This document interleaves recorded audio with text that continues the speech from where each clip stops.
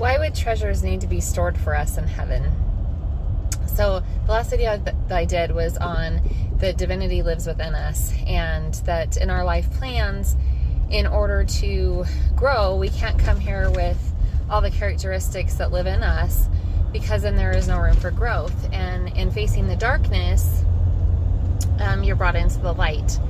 And so reactivating those gifts, seeing why we're placed in situations so that we can pull the spiritual into the physical. So as we pass the test and we become victorious over the things that we are being tested in, we pull those treasures stored in heaven for us back into the physical. So heaven and earth collide in that manner. So seeing the testing that we're going through, seeing the characteristics that we haven't had here because we chose not to come with those, but at some point they would be reactivated within us, and that's what's happening now.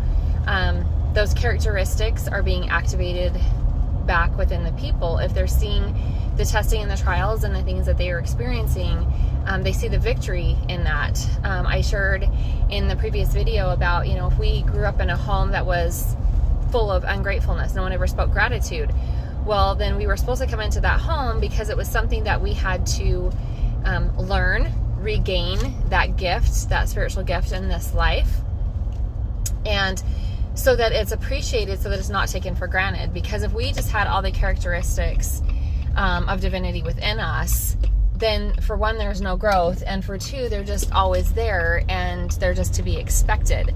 We just take them for granted because they're there. But if you have to actually work for something and fill that cup through the work, and then heaven does their part to now abundantly have that cup overflowing, you're going to appreciate that gift and that treasure and that characteristic a lot more, having to face the dark in order to now have it brought into the light, so that you can pull those treasures in heaven back into the present.